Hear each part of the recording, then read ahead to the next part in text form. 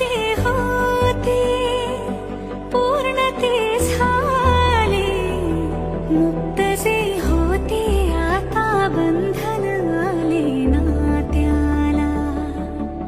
वचनाचे अर्थ मी बंधन हे सार्थवी, अर्धांगी समजूनी संपूर्ण पाळले.